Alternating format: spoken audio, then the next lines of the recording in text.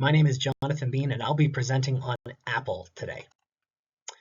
When you start a marketing campaign, you want to find your persona. This is made up of your demographics, what you are, and your psychographics, who you are. The demographics of a typical Apple persona range from age 18 to age 45, have a higher disposable income than most, and are split between the genders, between men and women. The psychographics are your attitudes and values. We're going to focus on just one of these today, innovators. This actually fits Apple's mission statement to bring the best user experience to customers through innovative hardware, software, and services. So all of these, working together, help Apple to focus fire on the kind of customer who is most motivated to take action. This means that Apple knows that if you make a higher income, they can make their prices more expensive. If they're split between the genders on how popular their products are, they know to keep their ads gender neutral, not too feminine, not too masculine. And finally, Apple will know that for the innovators, they should showcase their design and their new technology.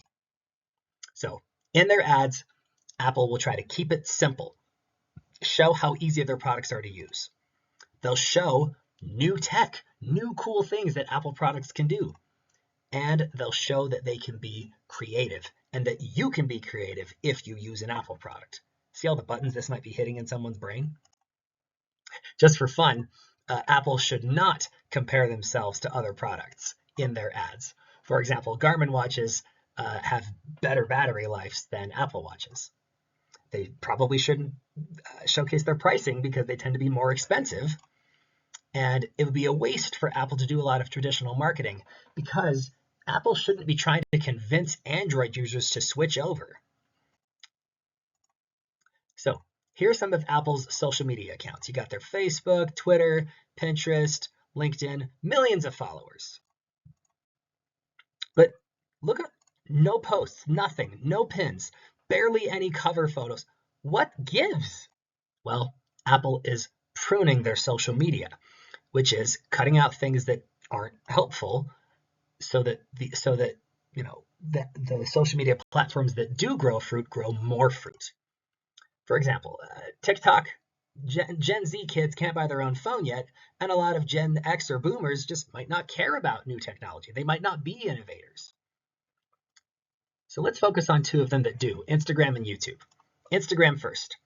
Typically, when you make an ad, you can go for dynamic, professional quality, great lighting, or you can go for reality, sincere, authentic, kind of like a dude talking to a camera in his car. Well, in their biggest video on Instagram, Apple gets the best of both worlds. I'll show you how.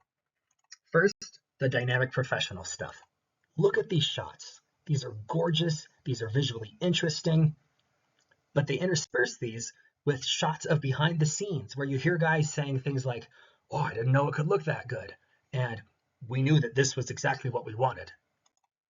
So you get that authenticity and your professional quality mixed together.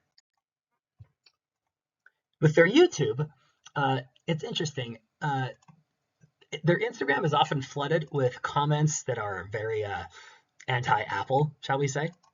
So with YouTube, they choose to just go the silent route. They just turn off their comments. YouTube is also where they focus on their product launches.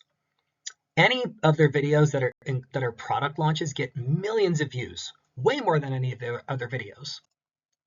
Why? Well, Apple keeps things behind the curtain. They don't tend to reveal what's going on until they start to tease out just a little thing here and just a little thing there. That tends to make their products feel exclusive. Wow, what is this new thing that's coming along? And so by just coming out with these sparse little updates, Apple then allows the internet to speculate about what's going to be released, what the new features are going to be. Asena Arica from Digital Agency Network says, this turns customers' impatience and gets them pumped up in a way that has them buying whatever it is, rather than stopping to think about if they even need what Apple is introducing. So all these ads for Apple, all these introductions, with mostly silence in between, are one way that Apple helps to control the narrative from beginning to end. One of the ways they do that is through these giant Apple events that are practically like rock concerts. You know, the CEO is standing in front of a giant PowerPoint, there's music, it's very exciting. Another way that Apple uses the personas to understand what to do with their call to action buttons is on their website. So take a look at these two action buttons. Learn more and buy. See how learn more is actually more easy to see? Apple knows that you want to probably learn about their product before you buy it. As far as branding on their website, Apple keeps things simple, sleek, and shiny. Now, Apple isn't perfect. When they released the iPhone 4, calls started to drop because there was a problem with the phone's antenna. What was Apple's first response? It was kind of terrible. Just avoid holding it in that way. But then later, Apple realized that was an engineering oversight. They offered out free phone cases, and they did manage to satisfy the majority of the population. Personally, I think that if Apple has such a relatable history, they need to put it on their website. And Apple has a lot of initiatives that are really great, but they don't actually have any company values on their website. Apple has extremely good website analytics. Their bounce rate is over 50%. Many websites only have 25% or 10%. Over 60% of the United States uses active Apple users, and over a quarter of the world are active Apple users. Apple is a brilliant and unusual marketer.